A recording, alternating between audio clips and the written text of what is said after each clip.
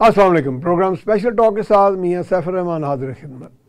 Special talk में हमारी कोशिश होती है कि हम जितनी भी आजकल करंट अफेयर्स हैं और उनके जो अंडर करंट्स हैं उनका अहाता करें और ऐसे तज्ज़ियाकारों को हम मदऊ करते हैं जिनकी बड़ी गहरी नज़र है मामलात पर, उसका पस मंज़र भी समझते हैं।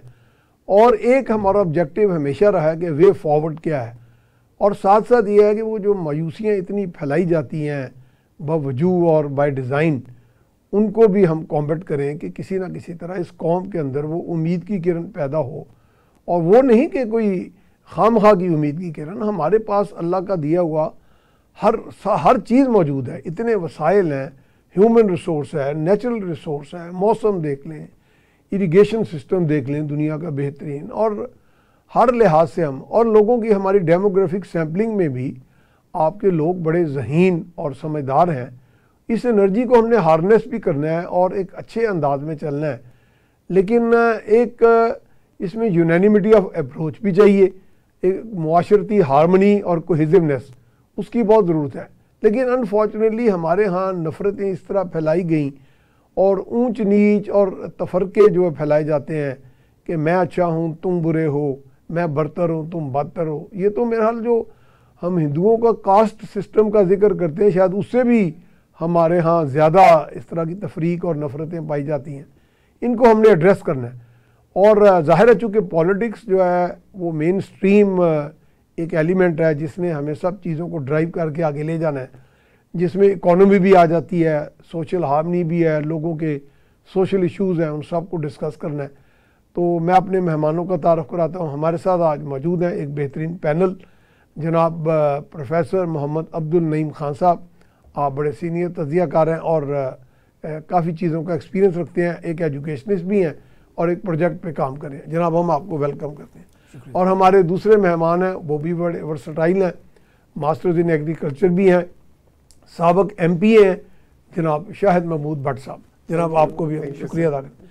कि भट्ट साहब मैं आपसे आगाज़ करूँगा, ये फॉर्म 45 फॉर्म 47, मैं एक सवाल करता हूँ लोगों को, यार फॉर्म 145 भी हो जाए अगर, तो क्या हमारा तरक्की करना, मुल्क को इस दलदल से निकालना, ये हमारा ऑब्जेक्टिव नहीं होना चाहिए कि बजाय ये कि हम 5 साल इसी डिबेट में चलते जाए और फिर ये कहें यार मैं बड़ा अच्छा हूँ, मैं अच्छा था, आप बड़े बुरे हैं। इससे हम क्या, जो भी ये लीडर्स कर रहे हैं क्या पैगाम दे रहे हैं? मैं ये नहीं कह रहा कि आपकी हुकूमत अगर गलत आई है तो हम कहें जी वो गलत सही है, या लेकिन इस डिबेट अनहेल्थी डिबेट में नहीं हम पड़ गए जनाब। Sir thank you very much, आपने बड़ी अच्छी बात की है। पहले तो वैसे मैं आपको ये बताऊं कि ये मैंने तो कम से कम 30 ईयर्स से मैं भी इन पॉलिटिक्स में हूँ। ठीक है। और 70 ईयर्स या 75 ईयर्स से पाकिस्तान में ये पहला इलेक्शन इस दफ़ा हुआ है जो बिल्कुल ट्रांसपेरेंट था। पोलिंग स्टेशन पे कोई लड़ाई झगड़ा, फ्रीडम थी, हर बंदे को अपना आज़ादी से जाके वोट कास्ट करके, यहाँ तक तो किसी ने कुछ नहीं इतराज़ किया जी, यानी पोलिंग टाइम तक कोई इतराज़ नहीं हुआ। मुझे पूरे पाकिस्तान में बता दें शायद किसी जगह पे कोई बैड इंसिडेंट हुआ, किसी जगह पे नहीं हुआ, और हर पार्टी ने आज़ादी के साथ अपने अपने वोट कास्ट किए सर। लेकिन ये हमारा चूंकि एक पुराना वतीरा है कि हम पॉलिटिशियन जो होते हैं ना एक दूसरे की बात को एडमिट नहीं करते, एक दूसरे के मैंडेट का एहतराम नहीं करते। ये पहली दफ़ा नहीं है, पिछली दफ़ा भी ऐसी हुआ, इमरान खान साहब ने शोर डालिया रखा, नवाज शरीफ की हुकूमत को डिस्टेबल किया, किसी वजह से किया जी मैं नहीं मानता। अभी सर ये था, देखिए 45-47 में ये सबने रिजल्ट लिए हैं। आप जो 45 और 47 अब तो वो अपलोड भी हो गया, रिजल्ट बन गए हैं, सारा कुछ वो वेबसाइट पे आ गया, वेब पे आ गए हैं। आप पहले जो आपने बात की है ना जी, पहले सिस्टम को चलाने, आप पहले पार्लियामेंट में जाएं, जिनको आप समझते हैं ये जीत गए हैं 45 और 47 का रिजल्ट देके, ठीक है, पहले पार्लियामेंट में जाए। हाँ, जिनको ये समझते हैं कि हम विक्टिमाइज्ड हुए हैं या हमें हमारा ऑब्जेक्शंस है, तो सर उसके लिए दोनों चीजें होती हैं। आपका एक पूरा सिस्टम मौजूद है। सिस्टम होता है कि हम इलेक्शन कमीशन में भी जाते हैं, हम कोर्ट ट्रिब्यूनल भी आपके पास भी जाते हैं, सबको रेमेडी मिलता है उस वक्त जब आप उसके मुताबिक। अब खबरें फेक भी बनती हैं, रिजल्ट फेक भी बना के लोगों ने ऐसे पोस्टर चढ़ाई होती हैं। असल चीज़ सर ये होती है जब when you will appear in the court, फिर आप कोर्ट में लेके जब सिस्टम को पूरे को लेके जाएंगे, वहाँ दूध का दूध और पानी का पानी होता है कि वाकई ये जो कह रहे हैं अगर तो उसका 45 कि सारे रिजल्ट 47 से मुख्तलिफ है, तो जाहिर बात है फिर कोर्ट का काम है कि उसको रिलीफ दे। ठीक है। लेकिन चूंकि हमारी सियासत में सबसे बड़ी नाकामी यही है, होना ये चाहिए हर दफ़ा इलेक्शन से पहले तमाम पॉलिटिकल पार्टीज को एक लेजिस्लेशन और कंसेंसस के साथ एक फैसला करना चाहिए कि जिसको भी जो मैंडेट मिलेगा दूसरा उसका एहतराम करेगा। लेकिन ये हमेशा से हम करते हैं, वक्त आने के ऊपर फिर हम एक दूसरे के रिजल्ट को नहीं मानते, जिसकी वजह से फिर हमारे मुल्क में जो पॉलिटिकल जो है वो अदम इस्तेकाम रहता है। ठीक है। मुआशी इस्तेकाम रहता है। जब तक सर सियासी इस्तेकाम नहीं आएगा आपका मुआशी इस्तेकाम भी नहीं आ सकता। तो ये हमारी जो नेचर है ना, हमें अब इसको चेंज करना पड़ेगा। हमें तमाम पॉलिटिकल पार्टीज को ये सोचना पड़ेगा कि ये 25 करोड़ अवाम ने जो फैसला दिया है, हम इसके लिए बेटरमेंट के लिए पार्लियामेंट में गए हैं। जो कमज़ोरी हैं वहाँ पार्लियामेंट में जाके डिस्कस कर लें, वहाँ जाके हाईलाइट कर लेंगे जी इलेक्शन कमीशन में ये कमज़ोरी हैं सिस्टम में, या ट्रिब्यूनल में ये कमज़ोरी हैं, तो वो वहाँ से रेक्टिफाई कराई जा सकती हैं। लेकिन सिस्टम को चलने दिया जाए, पार्लियामेंट को चलने दिया जाए। जिस मकसद के लिए आपने इलेक्शन करवाए हैं, जो आवाम के लिए आप करना चाहते हैं, जो रिलीफ देना चाहते हैं, या मुल्क को जो आप मईशत को बहरान से निकालना चाहते हैं, तो कम से कम उनको मौका दें जिन्होंने भी, जिस पार्टी ने भी। अब देखें किसी जगह भी सर ये वोट एक जगह एक पार्टी को नहीं मिला, स्प्लिट मैंडेट मिला। ठीक है। हर सूबे में सिंध में मेजॉरिटी पीपल्स पार्टी हमेशा से लेती है, फिर भी उन्होंने ली है। पंजाब में हमेशा मुस्लिम लीग ही ली है, फिर उन्होंने ली है। मरकज में हमेशा हमने ली है, वो भी हमने ली है। लेकिन इसके बावजूद भी किसी पार्टी के पास सिंगल मेजॉरिटी नहीं थी कि वो हुकूमत बना सके। और हमारे कायदीन ने, मियां नवाज शरीफ साहब ने, शहबाज शरीफ साहब ने सबसे पहले कहा कि हाँ, जिसके पास अगर कुछ ज्यादा ये सम्मत है तो वो बना ले, तो वो बना सकता है। बना जरदारी साहब ने भी ये कहा कि अगर किसी के पास सिंगल मेजॉरिटी तो वो हुकूमत बनाए, हम इस फॉर द नेशनल काज हम उसको सपोर्ट करते हैं। ये पहली बात हमने की। चूंकि मियां साहब ये बड़ा मुश्किल था। देखिए KPK में इन्होंने फौरी तौर पर एक्सेप्ट कर लिया जी, वो हम CM वहां के बन गए हैं जी। सिंध वाले वहां बन गए, पंजाब में मरियम साहबा बन गई, के बलूचिस्तान में भी वो पीपल्स पार्टी और नून बन गई। तो अब तो इत्मीनान हो जाना चाहिए। असल चीज जो होती है, ये सबसे बड़ा मुश्किल काम है जो पाकिस्तान की हुकूमत बनाना, मरकज की हुकूमत बनाना। वो बंदा ही डिलीवर कर सकता है जिसको एक्सपीरियंस हो। डरते भी सब थे कि हम जाएंगे हुकूमत में तो डिलीवर नहीं कर सकेंगे। क्रिटिसाइज जरूर कर रहे हैं कि सिस्टम को जी हमने चलने नहीं देना, ये हमारे साथ धांधली हो गई है। भाई अगर वहां धांधली हो गई है तो फिर आपके सूबों में क्यों नहीं हुई? फिर आपके चीफ मिनिस्टर की कैसे बन गया? बड़ी ज़हीन किस्म की धांधली है। प्रोफेसर साहब से लेते हैं इसका। प्रोफेसर ये अब मैंडेट के बारे में तो चलो हो गया, ये माजी में भी आप चले जाएं तो कहा गया जी 4 हलकों का मसला है, उसमें जुडिशल कमीशन बैठा, अदालतों ने कहा जी वो 4 हलकों वाली बात बिल्कुल फिजल आउट होगी।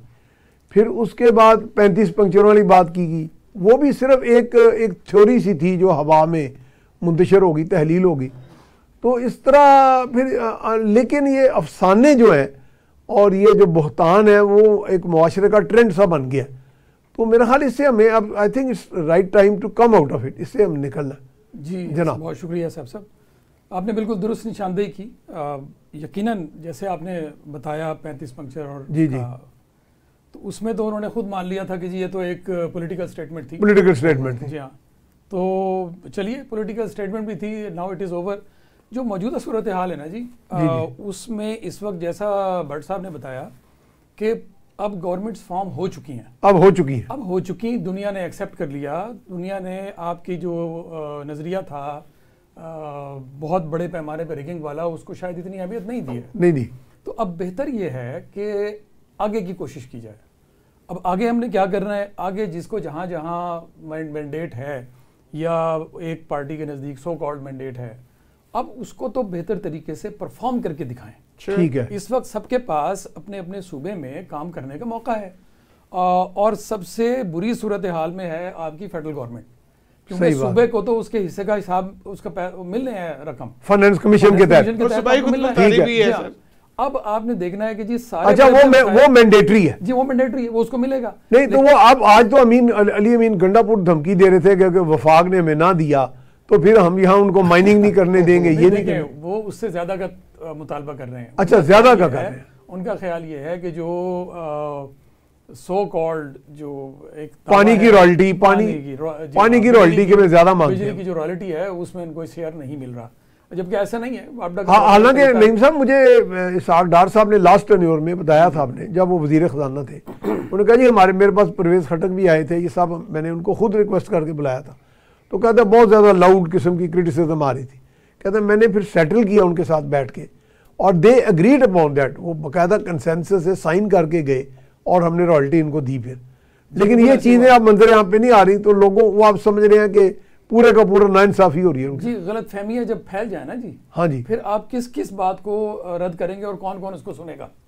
जो नेगेटिव बात है अमूमन हमारे यहाँ ज़्यादा तेज़ी से फैलती है, बहुत ज़्यादा। पॉजिटिव बताने के लिए आपको जिद्दोजहद करनी पड़ती है। ठीक है। तो ये बदकिस्मती से बहुत सारी हमारी गलत फहमियाँ फैली हुई हैं माशरे में, तो अल्लाह करे कि ये रिजॉल्व हों।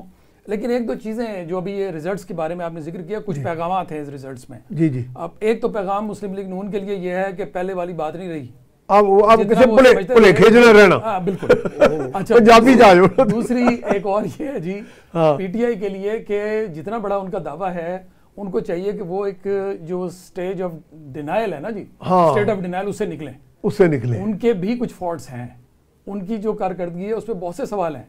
वो जो 3.5-4 साल की जो कारकर्दगी थी उसमें बहुत से सवाल हैं। उस पर लोग ये सवाल उठाते हैं कि किया क्या है। ठीक है जी, बाकी सारे चोर डाकू हैं, लेकिन आपने क्या किया? हाँ, कुछ भी नहीं। ये सवाल है, तो उनके पास इस सवाल का जवाब जरा कम ही होता है।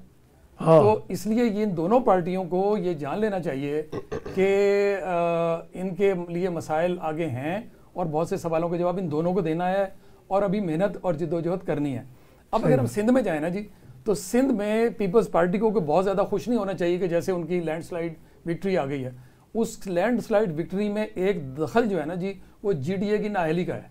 जीडीए के जो चीफ हैं पीर पगाड़ा साहब जो है, पूरी तरह एहतराम और अदब के बावजूद हाँ। उन्होंने पिछले 4 सालों में कितनी जद्दोजहद की थी, कितनी दफा अवाम में बाहर निकले। हाँ, बल्कि इनके जो बड़े पीर साहब थे वो तो बड़े साल में वो बड़े डायनामिक थे जी। वो ये थोड़े उनके निस्बत कम जी बिल्कुल प्रोएक्टिव है। अब ये वजह है, यही हाल उनके बाकी मेंबरान का भी रहा, वो इस कदर एक्टिव नहीं हुए और नतीजा ये हुआ कि एक लैंडस्लाइड विक्ट्री पीपी को मिल गई। तो अब उनका भी कहना ये है कि जी वहाँ पे धांधली हो गई। अब आ जाए बलूचिस्तान की तरफ। बलूचिस्तान का रिजल्ट, लेकिन पीपीपी ने नईम साहब आगे नहीं गई। अब पीपीपी देखे ना, बलूचिस्तान में भी तो गवर्नमेंट तकरीबन बड़े, तो ये तो बहुत आगे निकल गई। मैंने अर्ज किया ना जी, मैं सिर्फ बात कर रहा हूँ जी इसकी सिंध की। सिंध में मैं अर्ज किया कि उनको बहुत ज्यादा खुश नहीं होना चाहिए। ठीक है, उनकी कारकर्दगी जो होगी डेफिनेटली, लेकिन उसके साथ लेकिन ये नहीं कि आप उसी के ऊपर बैठे रहे हो। और बलूचिस्तान में अगर देखें तो उसका मोर और लेस रिजल्ट वही है जो पहले होता था, तकरीबन वही है। हाँ, पीपी की गवर्नमेंट बन गई पिछली दफा नून लीग की, और जब भी बनी है वो एक मुश्तरका गवर्नमेंट कोalition के साथ जी हाँ, कोalition रही है हमेशा। बल्कि वो जो कई हरीफ भी वहाँ इकट्ठे हो जाते हैं। अब मेरा कौमी हरीफ है वो एब्सोल्युटली ऐसे ही है। तो अब गुजारिश ये है कि तमाम जो हमारे अकाबरीन हैं पॉलिटिकल, उनके लिए दरख्वास्त ये होगी कि खुदा के लिए अब इकट्ठे हो जाएं, मिल के बैठें। और क्या हर्ज है इस बात में कि मिल के और पाकिस्तान की इकोनॉमी के लिए एक जिद्दोजहद करें ताकि बेहतर रिजल्ट सामने आए, क्योंकि इकोनॉमी मजीद खराब होगी तो सबका बुरा हाल होगा, सही बात का नहीं होगा। सही बात। तो मेरी गुजारिश ये होगी तमाम अकाबरीन से कि मिलके बैठे और आगे चल गए। सही बात। अच्छा शायद साहब, ये एक बड़ी मिथ फैलाई गई खामखा की कि जी चीफ इलेक्शन कमिश्नर फलां का बंदा है, फलां का बंदा है। हालांकि देखा जाए तो chief election commissioner is first among the equals. वो 5 अफराद का, 5 मेंबरान का एक पैनल है पूरा।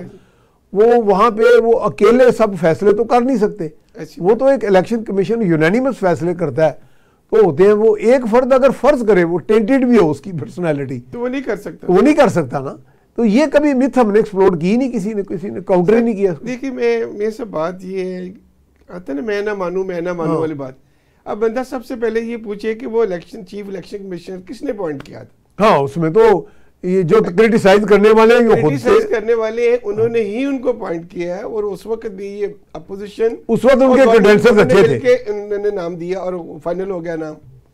अब इस तरह जो हम कहते हैं हमने बात माननी नहीं या हम नेगेटिविटी बात करनी है, वो चूंकि हमारी जो पार्टी बदकिस्मती से मैं ये कहता हूँ कि जिनकी वजह से मुल्क के ये इस्तेसाल हुआ है ना सर, वो अभी तक इस चीज़ को तस्लीम नहीं करते कि ये पाकिस्तान हमारा है। हम सुबाहियत की नारे लगने शुरू हो गए, जिस तरह बातें हो रही है ना जी, हाँ। कि सुबह मिल जाए तो वो मेरा है जी, हर चीज़ मेरी है। लेकिन मरकज़ की जो बात करें, पाकिस्तान की बात करें, तो उसमें आपने इकट्ठे होकर चलना। मेरा मकसद ये होता है तो वफाक यानी कांटों की सेज है सर। अगर वफाक मजबूत है तो फिर सूबे भी मजबूत हैं। अगर आप सूबों को मजबूत कर लें और वफाक को मानी ना तो फिर सिस्टम नहीं चलता। और बदकिस्मती सर ये है कि ये क्रिटिसिज्म हमेशा पंजाब के ऊपर होता है। जिस तरह कभी आप सऊदी में देखे हुए होता क्या था कि मगरबी पाकिस्तान एक बड़ा था, बड़ा भाई कमाने वाला था, मशरकी पाकिस्तान की पॉपुलेशन बेशक ज्यादा थी, लेकिन उस वक्त हमारे ऊपर क्रिटिसिज्म ये होता था जी मशरकी पाकिस्तान वाले लूट के खा गए मगरबी पाकिस्तान वाले। चले उन्होंने आज़ादी ली, वो हमसे आगे निकल गए, मेहनत की उन्होंने, लेकिन ये चीज साबित हो गई कि मगरबी पाकिस्तान ने उस वक्त भी किसी का इस्तेसाल नहीं किया था। अब भी ये हो रहा है, कोई सिंध की बात नहीं करेगा, कोई बलोचिस्तान की बात नहीं करेगा, कोई केपी की नहीं करेगा, जी पंजाब में ऐसे हो गया जी पंजाब। और भाई मुझे ये बताएं, केपी के वजीर आला को आपने ऐसे बंदे को बनाया है, मुझे ये बताएं, वहां आप कहते हैं जी कि हम ये करेंगे वो करेंगे, लेकिन जब वफाक की बात आती है नहीं जी हम आपको एंट्री नहीं होने देंगे, ये नहीं ये पाकिस्तान के खिलाफ बातें हैं सर। इसी तरह IMF को खत लिख देना, वो नवाज शरीफ की या शहबाज शरीफ की या मुस्लिम लीग की, उनको तो कोई फर्क नहीं पड़ेगा। नहीं तो पाकिस्तान के खिलाफ बात कर रहे हैं आप। अगर आप अपने इलेक्शन को डिस्प्यूट ज्यादा करार देते हैं, पूरी दुनिया में इलेक्शन होते हैं, मैंने नहीं किसी जगह देखा कि वहाँ हाइप क्रिएट कर दी हो जनाब ये हो गया। हम वाहद है जब हमारा अपना मीडिया या अपनी पार्टियां तस्लीम नहीं रिजल्ट करती तो दूसरों को फिर मनाना पर बड़ा मुश्किल होता है। लेकिन अल्लाह का शुक्र है कि पूरी दुनिया ने रिजल्ट माने कि ये पाकिस्तान में जो इलेक्शन हुआ बड़े ट्रांसपेरेंट हुआ। मेरा ख्याल इसमें कोई बात नहीं, कहीं से क्रिटिसिज्म आई नहीं। IMF को उन्होंने जो ब्लंडर खेला जी कि IMF को नवाज शरीफ के साथ कोई लेन देन का मामला कर रहा है, कोई शहबाज शरीफ के साथ को वो स्टेट टू स्टेट चलते हैं। ये गवर्नमेंट ने इस तरह के लेटर्स लिख देना, ये पाकिस्तान की सालमियत के खिलाफ है और ये नहीं होना चाहिए। हमारा कल्चर जो आपने पहले बात की थी, ये कल्चर तब्दील होना चाहिए। पॉलिटिक्स में भी ये चीज़ जो है ना बिल्कुल आनी चाहिए, उनके अंदर भी ये चीज़ें कहाँ तय होती हैं, ये पार्लियामेंट के अंदर।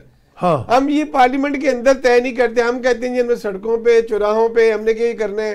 हाँ। CPEC का ये क्या हुआ, नवाज शरीफ की हुकूमत को एक अच्छी भली जहाँ जा रही थी उसको डिस्टेबल किया गया। चाइना का प्रेसिडेंट आ रहे हैं, आपको इतना अच्छा पैकेज मिला CPEC, आपने चाइना के प्रेसिडेंट को नहीं आने दिया, आपने एहतजाज करके लिया क्या, उसके बाद क्या मिल गया मुझे ये बताएं, मिला क्या।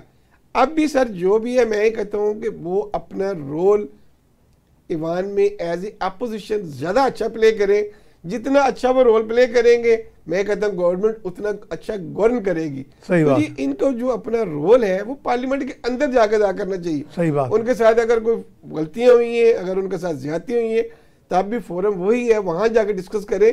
लोगों को अब खुदा के लिए लोगों को अपना रोजगार करने दें। लोगों को हुकूमत के लिए आपने हेल्थी मोबाइल से में डाल दिया। बिल्कुल। अब देखिए हमारी पंजाब आधी आबादी है सर, आधा सुबह 12.5 करोड़ की वहां है जो पंजाब में रहती है, तो सबसे ज्यादा रिस्पांसिबिलिटी हमारे ऊपर पड़ती है और मरियम साहबा के ऊपर पड़ रही है। सही बात। वो देखिए इतनी क्या कहते हैं जी एनर्जी के साथ एक दिन नहीं अभी बैठी हूँ और रोजाना मीटिंग्स कर रही हैं, हर डिपार्टमेंट की कर रही हैं कि किस तरीके से हमने लोगों को फलाह बहबूद के लिए अच्छे मनसूबे लेके आने हैं, किस तरह हमने हेल्थ में, किस तरह एजुकेशन में, किस तरह हमने हाउसिंग में, किस तरह एग्रीकल्चर में, हर सेक्टर में वो 24 घंटों में से मैं यकीन से कहता हूँ सर कि वो 18 घंटे काम कर रहे हैं ताकि अवाम को कोई रिलीफ। अच्छा प्रोफेसर साहब थोड़ी देर में ब्रेक पे जाना, मैंने सवाल जो आपसे करना था, एक तो 18वीं तरमीम पे बड़ी क्रिटिसिज्म आ रही है।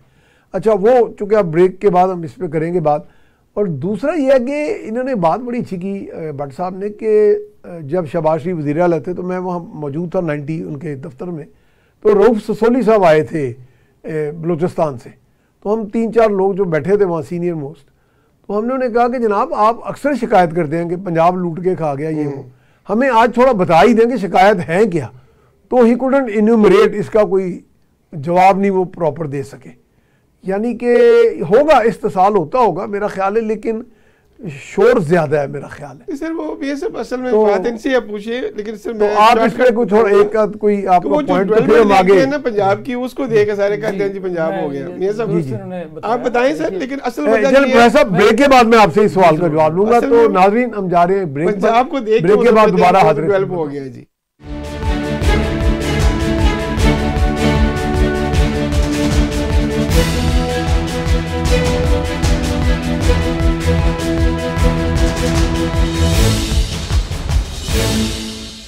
जी, ब्रेक के बाद हम आपको खुशामदीद कहते हैं। हमारे साथ मौजूद हैं जनाब शाहिद महमूद भट्ट साहब और प्रोफेसर मोहम्मद अब्दुल नईम खान साहब। जी खान साहब, बात हम कर रहे थे, जैसे मैंने कहा कि वो हमने रऊफ ससोली साहब को पूछा तो कोई चीज़ ना निकली। आप भी कोई इस तरह की बात हमें बताते होते हैं कि जी वहाँ पे कुछ स्टूडेंट्स आए, हमने उनको इनवाइट किया और ये था कि शिकायत दर शिकायत होती है, उसके पीछे सब्सटेंस कोई नहीं होता। जनाब जी, अच्छा, एक तो हमें ये देखना होगा मियाँ साहब कि जब पाकिस्तान बना है उस वक्त क्या हालत थी बलूचिस्तान की। ठीक है, कितनी सड़कें थी, कितने अस्पताल थे, कितने पुल बने हुए थे मेजर, कितने स्कूल कॉलेजेस थे और क्या तरक्की की रेशो थी। बलूचिस्तान पाकिस्तान बनने से पहले ही इंतहाई नेग्लेक्टेड और पसमानदा था।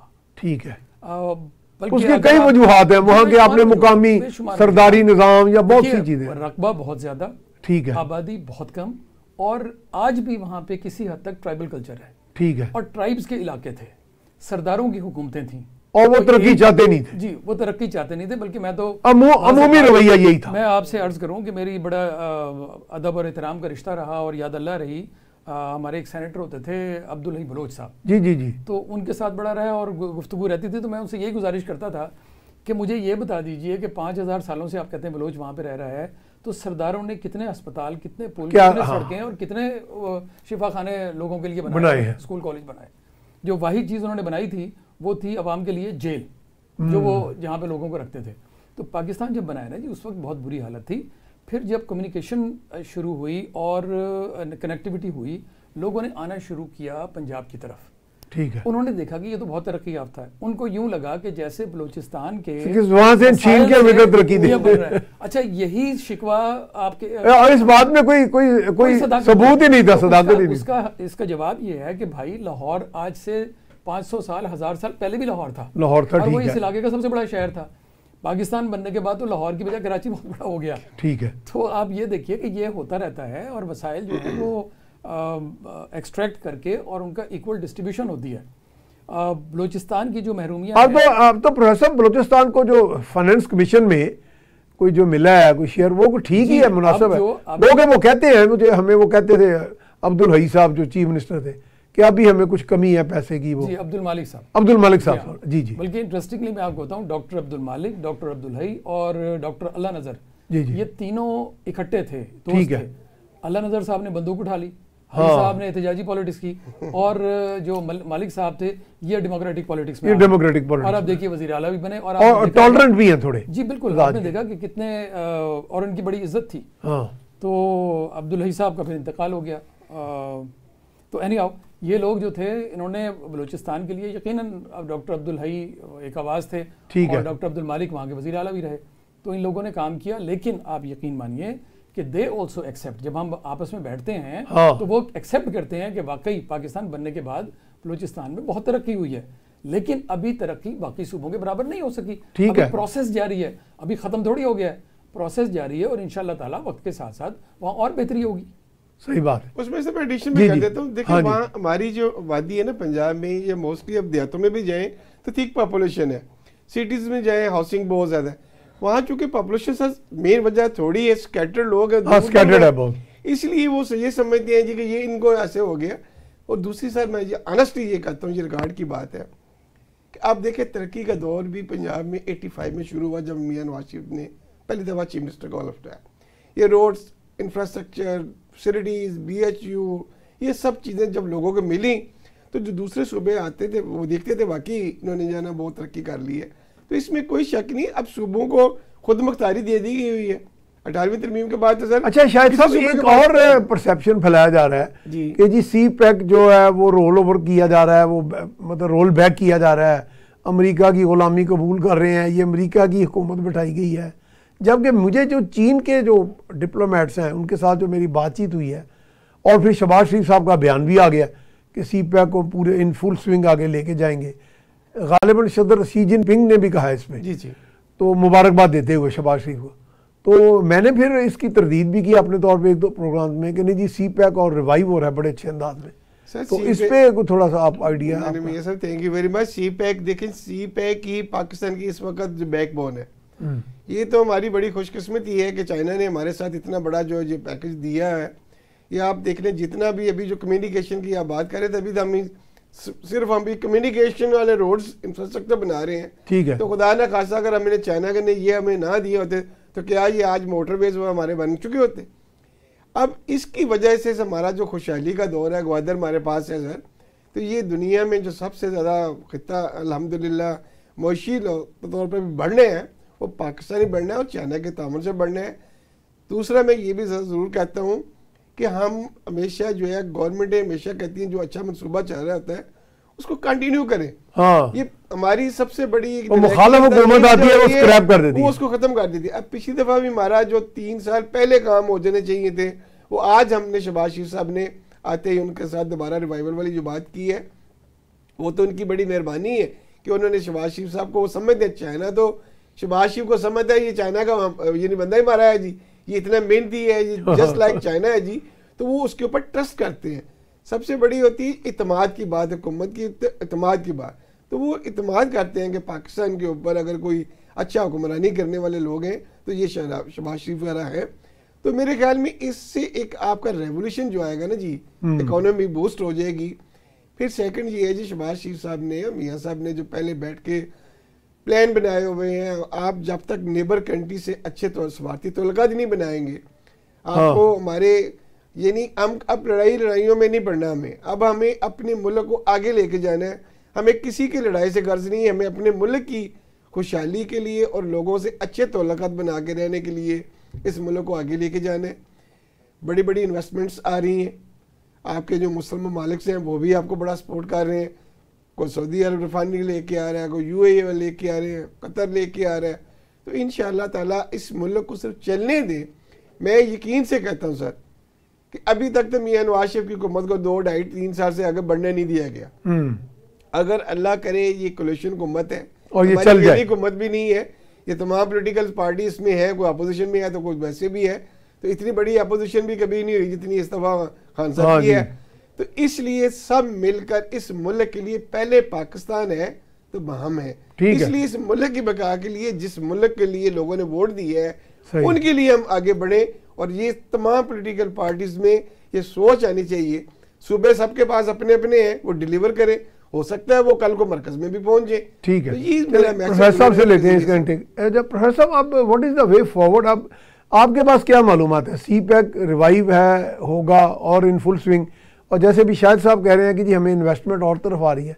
ये ज़रूर है कि कुछ लोग कहते हैं कि शहबाज साहब का पर्सनल गुडविल जो है, रेपो हमारे अरब स्टेट्स के साथ, उनकी जो गवर्नमेंट्स के साथ, और चाइना में बड़ी अच्छी उनकी रेपूटेशन है, तो आपके पास कोई है मालूमात इस तरह की? कोई जी, जैसा आपने सुना है अमूमन जो मार्केट में खबरें हैं जी वो तो यही हैं। ठीक है, और इसमें कोई शक भी नहीं, जिस तरीके से हुकूमत बनने से पहले ही चाइनीज़, अमेरिकन और सऊदी सिफारतकारों ने और नुमाइंदों ने मियाँ नवाज शरीफ और शहबाज शरीफ साहब से मुलाकात की, वो एक शायद सिग्नल था किसी के लिए कि जनाब हम इनको एक्सेप्ट कर रहे हैं। ठीक है, तो ये तो रही बात एक तरफ। अब हम सिग्नल उसकी तरफ जाएं, अगर CPEC की तरफ, तो CPEC है क्या? बेसिकली ये कनेक्टिविटी इसका एक हिस्सा है।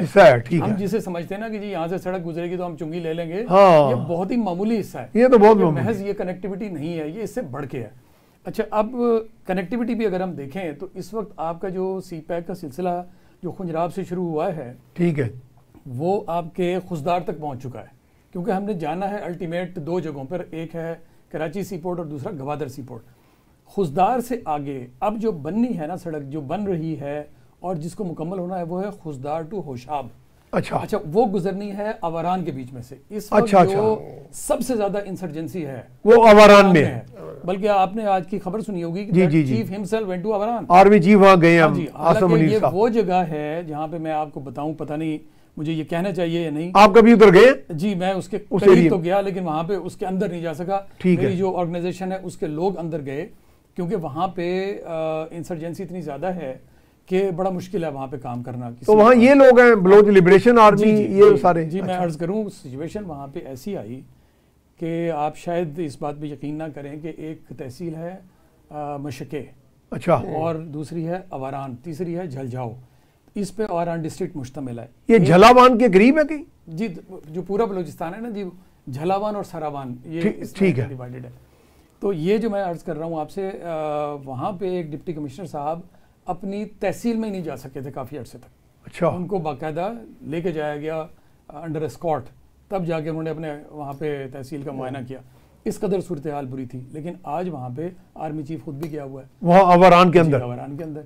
ठीक है। इसका मतलब ये कि सिचुएशन जो है वो काफ़ी हद तक बेहतर हो रही है।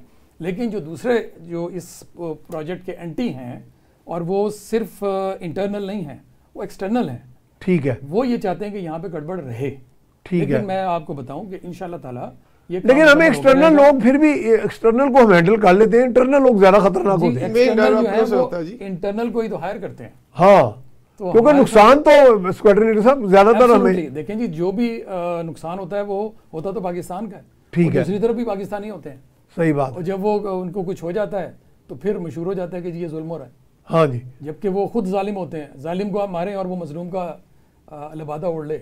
हाँ, ये हमारे यहाँ ये जो थ्योरीज है ना, इन्होंने बहुत बेड़ा गर्क कर दिया हमारी सिक्योरिटी सिचुएशन को भी। एब्सोल्युटली। तो अब सी पैक जो है ना जी, वो इंशाल्लाह मुकम्मल होने के करीब है, जो ये कनेक्टिविटी वाला सेक्शन ठीक है। फिर आप देखिए इस सी पैक के अंदर बाज़ जगहों पर ट्रेड जोन्स बनाए गए, वो जो इकोनॉमिक जोन्स बने। जब ये बनेंगे ना जी, और यहाँ से प्रोडक्शन होगी और वहाँ से एक्सपोर्ट होगी। अब हमारा जो असल प्रॉब्लम है ना जी, वो है हमारे पास एक्सपोर्ट नहीं हो रही। एक्सपोर्ट के नतीजे में हमारे पास फॉरेन एक्सचेंज नहीं आ रहा, उसकी वजह से हम लॉस में जा रहे हैं। सही है। तो अब ये चीज़ें अगर होंगी, आपके मुल्क में इस्तेहकाम होगा, तब ये चीज़ें मुकम्मल होंगी। ये मुकम्मल होंगी तो आपका इकोनॉमिक इस्तेहकाम बेहतर हो जाएगा। अच्छा, एक और नैरेटिव बिल्ड किया जा रहा है कि जी इसमें चाइना लाइन शेयर ले जाता है अपना, हालांकि वो सरमायाकारी के अगेंस्ट आपके कोई अंडरस्टैंडिंग तो डेवलप करनी पड़ती है। देखिए, ये सरमाया जब आता है तो आप कुछ ना कुछ तो उनको देंगे ना। देखिए, या उन्हें कहें जी हम आप बगैर फ्री हमारा करते जाए काम। जहाँ तक ताल्लुक है ना जी सी पैक का, उसमें तो चाइना की तरफ से आ रहा है, अभी तक गया कुछ नहीं। जो मशहूर हो रही है बात, वो ये है कि जी हमारी जो मादनियात हैं वो एक्सट्रैक्ट करके चाइना लेके जा रहा है। हाँ। अब मैं आपको एक बड़ी दिलचस्प बात, हाँ, ये जरा क्लियर करें। रेकोडेक का वो हुआ ना जी प्रोजेक्ट, तो एक कंपनी ने ऑफर की कि जी ठीक है, हम आपके पास एक्सट्रैक्ट करते हैं चीज़ें, उसमें से आपको कितना शेयर देंगे? आपको शेयर देंगे जनाब हम 5% और 95 हम लेके जाएंगे। अब कैन यू इमेजिन कि ये पॉसिबल है? या कोई हुकूमत ऐसा, कोई हुकूमत इसमें एग्री करेगी? कभी भी नहीं किया। इवन जो टीथियान से एग्रीमेंट हुआ था, जो कैंसिल हो गया और बाद में जुर्माना पड़ा, वो 50-50 पे था। उसमें 25। अच्छा, वो 50-50 जी 25। लेकिन उसमें ना चोरी इफ्तिखार से बड़ी ज्यादती करके जी बिल्कुल मुल्क के साथ बड़ा एक जुल्म करके, वो उसमें अर्ज करूं कि 25% शेयर उसमें बलूचिस्तान की गवर्नमेंट को, बलूचिस्तान गवर्नमेंट 25% जाना था फेडरल गवर्नमेंट को, बाकी 50 गालिबन उनका था। उसके अंदर, उस पूरे प्रोसेस के अंदर बलूचिस्तान गवर्नमेंट इन्वॉल्व थी, और उस पूरे बोर्ड के अंदर बलूचिस्तान गवर्नमेंट के नुमाइंदे मौजूद थे। तो ऐसा नहीं है कि कोई, यानी इसमें दोनों मिसकंसेप्शन गलत है कि जी वफाक खा जाएगा सारा लूट के या बाहर चला जाएगा। बिल्कुल ऐसा नहीं है। लेकिन वो हमारे चीफ जस्टिस साहब भी जो थे उस वक्त के, जो इफ्तिखार साहब, उन्होंने भी बड़ा जुल्म किया। बहुत उरूज पे थे। गलती देंगे ना सर। जी हाँ, और उसका नतीजा हमें भुगतना पड़ा फिर। हाँ, ये वैसे शायद सब चाइना में भी हमें लोगों ने इतराज किया था। हम गए थे हुआनंग शेंडोंग कॉर्पोरेशन, जिसने ये साहिवाल का कोल प्लांट और बनाए हैं। जी जी। और फिर हम उस कॉर्पोरेशन में गए जिन्होंने यहाँ लाहौर में ऑरेंज ट्रेन बनाई है। तो उन्होंने कहा जी कि आपका ये सिस्टम किस तरह का है, जिसमें जुडिशल कह लें या दीगर इंस्टीट्यूशनल, कि आपका 22 महीने एक प्रोजेक्ट जो है बिल्कुल सस्पेंडेड रहा और कॉस्ट जाके कहाँ चली गई। सर ये मैं यही कहता हूँ सर, ये हमारी बदकिस्मती है कि हालांकि स्टेट इंस्टीट्यूशन इन हार्मनी चलते हैं, ये चलते हैं, ये मुल्क की इकोनॉमी को बढ़ाने में इनका रोल ज़्यादा होता है। वो जल्दी अपना रोल प्ले करे, वो जल्दी फैसले करे, और डिले होने से हमारी कास्ट कितनी बढ़ गई ऑरेंज ट्रेन की भी और ये भी। सर मैं एक बात ज़रूर आपसे मियाँ साहब ये करूँगा, देखिए अभी तक हम सब बातें करते हैं मुल्क की, कोई इकोनॉमिक डोर बना रहे हैं, कोई हम जोन बना रहे हैं इंडस्ट्रियल, लेकिन अभी तक हम, जिस तरह खान साहब ने बात की कि अभी तक तो हमें चाइना दे रहा है लेने के लिए, हमने बना के हमने क्या करना है। तो मैं ये कहता हूँ सर कि पाकिस्तान दुनिया का वाद मुल्क है जो अल्लाह ने हमें गिफ्ट दिया है, जिसमें तमाम चीज़ें हैं। ठीक है, मिनरल्स हैं, एग्रीकल्चर लैंड है, पहाड़ी निज़ाम है, ग्राउंड निज़ाम में, लाइफ स्टाइल, हर चीज है, हर आबो हवा है, चारों समुंदर है, समुंदर है, हर चीज है। अब जो हमें बेस करना पड़ेगा सर, एक तो हमारी सोच को आई से वी में जाना पड़ेगा कि हम पाकिस्तानी, हम आई से वी, हमारी नेशनल सोच जो है ना एक होनी चाहिए। दूसरा, हमें पाकिस्तान के लिए सेक्रीफाइस करना पड़ेगा, तमाम पॉलिटिकल पार्टी को और हर बंदे को पाकिस्तान के लिए। और तीसरा मैं ये कहता हूँ सर कि पाकिस्तान की बेस एग्रीकल्चर है। जब तक आप एग्रीकल्चर को प्रोड्यूस नहीं करते। देखिए हमारी एक जमाना था कि काटन वाज अब कैश क्रॉप, और पाकिस्तान सबसे ज्यादा ज़रे मुबादला काटन से कमाता था। अब वो कहाँ चले गए हम? Second cash crop was the rice, जो हम ज़रे मुबादला के डॉलर हम उनसे लेके आते थे ना। तो राइस की तो शायद साहब इस मरतबा हमें अच्छे आ रहे हैं सर। मैं कहता हूँ क्योंकि इंडिया में प्रोडक्शन कम हुई है सर, उनके होने के हमें तो 50 लाख टन का मिला ऑर्डर। मुझे अफसोस इस बात का आता है कि मैं भी एज एग्रीकल्चर स्टूडेंट में दुख आता है मुझे कि यार एक एग्रीकल्चर मुल्क हो जिसमें अल्लाह ने हर चीज़ फरावानी दी हो, तो हम तो अपना जिंजर, टमाटर ये बाहर से मंगवाते हैं, एडिबल ऑयल्स तक हम सर अरबों डॉलर हम अपना वेस्ट कर रहे हैं इन चीज़ों के ऊपर। जब तक हमारी ये जो प्रायोरिटी है ना, जिस तरह भी आपने देखा होगा लास्ट दफ़ा भी जो पीडीएम की हुकूमत बनी थी, शहबाज शरीफ साहब ने एक बड़ा एक बनाया था कि बड़े जो है ना हम फार्म जो है, मिलिट्री भी उसमें आ रही थी कि हमने बड़े फार्म्स लेके यानी मैकेनाइज्ड फार्मिंग करनी है। इस मुल्क की तकदीर सब उस वक्त बदलनी है जब एग्रीकल्चर को आप सही यूज़ करेंगे, यूटिलाइज करेंगे। ये जितनी हमारी फोर्स बैठी हुई है ना जी, पढ़ लिख के बाहर बैठी हुई जो काम करती भी नहीं है, they should be involve in the agriculture. वो उनको किसी सेक्टर में कर दें, वो लाइफ स्टॉक में कर दें, उनको पोल्ट्री में कर दें, उनको नौकरियां दें, ज़मीनें आबाद करें। इस मुल्क की इकोनॉमी जब तक ठीक नहीं होगी, जब तक हम पूरी कौम जो हमारी मेन रिसोर्स है एग्रीकल्चर, हमारा सोर्स है, ये कॉलोनी को खुदा के लिए ये जो माफिया है इस मुल्क में तबाही कर गया है कि उसने हमारी एग्रीकल्चर लैंड को खत्म कर दी है और बैरल लैंड जो उस तरह पड़ी हुई। ना तो हमने एग्रीकल्चर लैंड को बढ़ाया है कल्टीवेशन के लिए, ना हमने फी एकड़ अपनी पैदावार को बढ़ाया। तो ये हमारी हुकूमत की जो प्रायोरिटी है ना जी इस वक्त, वो यही है कि नवाज शरीफ साहब की प्रायोरिटी है, मियाँ साहब की, कि इस मुल्क में अगर हमने कुछ कमाना है तो वो एग्रीकल्चर से कमाना है। So they are focused on the agriculture. Agriculture को प्रोफेसर साहब ये तो बाकी इन्वेस्टमेंट तो बाहर से आएंगे। चाइना में हमने देखा कि वहाँ का जो एग्रीकल्चर साइंटिस्ट है उसको इतना प्रोटोकॉल अहमियत दी जाती है जितनी शायद प्राइम मिनिस्टर को ना हो, और वो एग्रीकल्चर के बारे में बहुत ज़्यादा फोकस्ड है। अब उनका नेशनल पीपल्स कांग्रेस का इजलास चल रहा है आजकल, तो कल मुझे चाइना ही से आया, तो मैं चाइना ग्लोबल टेलीविज़न के लिए एक प्रोग्राम उनको रिकॉर्ड करके भेज रहा था। उन्होंने कहा जी 650 मिलियन मैट्रिक टन का एनहांस कर रहे हैं वो ग्रेन आउटपुट का उन्होंने टारगेट दिया है। तो वो कहते हैं कि ये फूड बास्केट जब हम अपनी नहीं फ्लरिश कर सकते तो फिर हम दुनिया से कितना हम लेंगे, इतना यानी खाने वाले इतने मुंह है वहाँ पे, तो उतना ही मुश्किल हो जाता है। तो हमारे यहाँ तो ये सारी फैसिलिटीज़ मौजूद हैं। फिर ये मैं देख रहा हूँ कि हमारे यहाँ जो माइग्रेशन हुई है अर्बन एरियाज़ में, तो गाँव से बच्चा आता है आगे 20,000 की नौकरी की तलाश में होता है, जब उनका अपना 2-3 एकड़ फार्म पीछे होता है, और कॉरपोरेट फार्म ही कर सकते हैं मिलके आपस में गाँव वाले।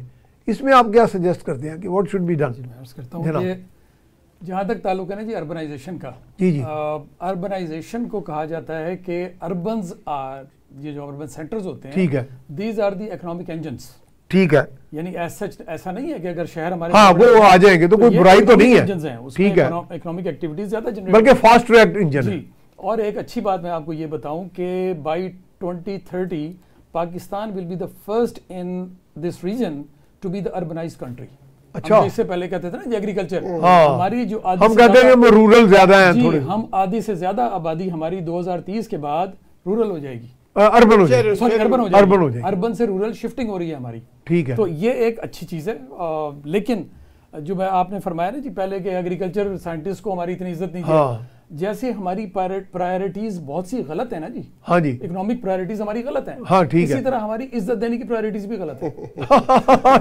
ये आपने सही कहा, जैसे असातिज़ा के बारे में जिसे तो लोग जितनी इज्जत देनी चाहिए हम उसको इज्जत नहीं दे पाते, सही, हमारे क्राइटेरियन ठीक नहीं है इज्जत देने के, सही बात। अच्छा, एक बड़ी वजह जो है ना जी जो हमारे ऊपर इकोनॉमिक प्रेशर है वो है हमारी आबादी का, ठीक है। अनफॉर्चुनेटली किसी भी गवर्नमेंट ने, मेरे ख्याल है भुट्टो गवर्नमेंट के बाद जिन्होंने वो बनाया था, मोहतरमा बेनज़ीर भी कहती थी जी पॉपुलेशन एक्सप्लोजन, वो बड़ा लफ्ज बोलती थी। देखिए ना एक पैराडाइम शिफ्ट हुआ, भुट्टो साहब के दौर में था 2 बच्चे खुशहाल कराना, हाँ, बेनज़ीर के दौर के में बेनज़ीर साहब के दौर में हो गया था कम बच्चे खुशहाल कराना, हाँ, कम बच्चे हो गया, कम की जो है लिमिट कोई नहीं, हाँ, कम में तो 8 हमारे हम 8-10 भी कम ही होते हैं। अब वो महंगाई की वजह से कम हो जाएंगे, वैसे नहीं कम होंगे। लेकिन भट्ट साहब ऐसा नहीं हो रहा। अभी हमारा सबसे बड़ा थ्रेट जो है ना वो यही है। इस वक्त हमारा जरूरी है इस गवर्नमेंट के लिए भी कि वो इसके ऊपर लोगों को कायल करे कि बच्चे। प्रोफेसर साहब, इसमें हमारे कुछ नजरियाती लोग ये कहते हैं कि जितने बच्चे पैदा होंगे उतना रिज़्क उनका लिखा होता है जी। तो वो कहते हैं कि ये आप क्यों कहते हैं कि आबादी कम करें? सर रिज़्क के लिए काम भी तो करें ना।